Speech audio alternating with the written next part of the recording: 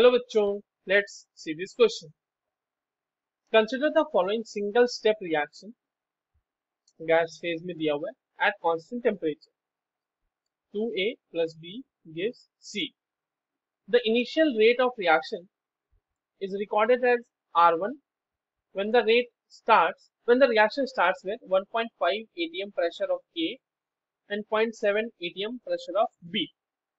After some time, the rate R2 is recorded when the pressure of C becomes 0.5 atm. The ratio R1 and R2 is dash into 10 to the power minus 1 nearest integer में हमें value देनी. तो चलिए इस question को solve करते हैं बच्चों. और सबसे पहले तो ये देखते हैं तो इस क्वेश्चन को सॉल्व करने के लिए हमें कौन से की कॉन्सेप्ट की जानकारी होनी चाहिए. And this is the rate of reaction का क्वेश्चन है, ठीक है. अब देखो हमारे पास एक सिंपल एलिमेंट्री स्टेप का मतलब एलिमेंट्री रिएक्शन है, सिंगल स्टेप रिएक्शन है.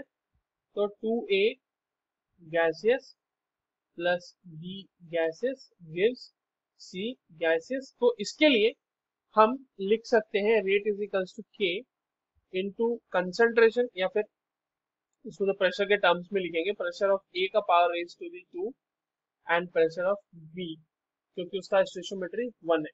ये हम रेट लिख सकते हैं क्योंकि ये एक एलिमेंट्री रिएक्शन है, बस इसीलिए. अब एक चीज समझिएगा, ये गैसेस फेज की रिएक्शन है, that's why we are able to write it so. अब कहा ये जा रहा है कि आपके पास T0 है, यानी इसी वक्त पे R1 मेजर किया गया होगा. तो चलिए R1 ही लिख लेते हैं. यहाँ पर ये है 1.5 atm प्रेशर और ये है 0.7 atm प्रेशर. यहाँ पर कुछ नहीं कहा जा रहा है इसके बारे में. या मान लो ये T0 है क्योंकि यहाँ पे C तो बना ही नहीं होगा, यानी इनिशियल है, ये इनिशियल एकदम. अब यहाँ पर R2 जब मेजर किया गया उस वक्त ये हो गया था 0.5 atm. इसका मतलब कि ये 0.7 में से 0.5 atm डिक्रीज हो गया होगा, यानी अब ये बच रहा होगा 0.2 atm. क्योंकि ये atm नहीं है और क्योंकि स्टोइचियोमेट्री डबल्ड है तो ये 1.5 में से 1 माइनस होगा. क्यों? क्योंकि 0.5 atm जनरेट करने के लिए C के लिए जिसका 1 atm डिक्रीज होगा, वी नो दैट. तो ये 0.5 atm हो गया. अब आप देखो R1 क्या होगा, R1 होगा K इंटू 1.5 का स्क्वायर इंटू 0.7 और R2 क्या होगा अपने पास बच्चों, वो होगा K इंटू 0.5 का स्क्वायर इंटू 0.2. अब हमें निकालना है R1 अपॉन R2. तो ये क्या हो जाएगा R1 अपॉन R2. तो सिंपली 1.5 का square into 0.7 divided by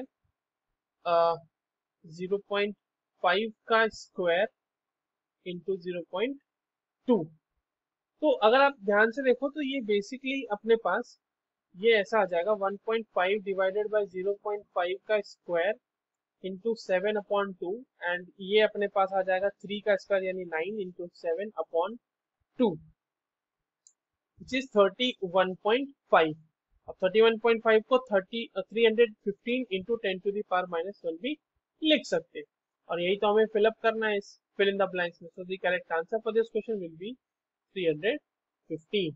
I hope you understood this well. All the very best.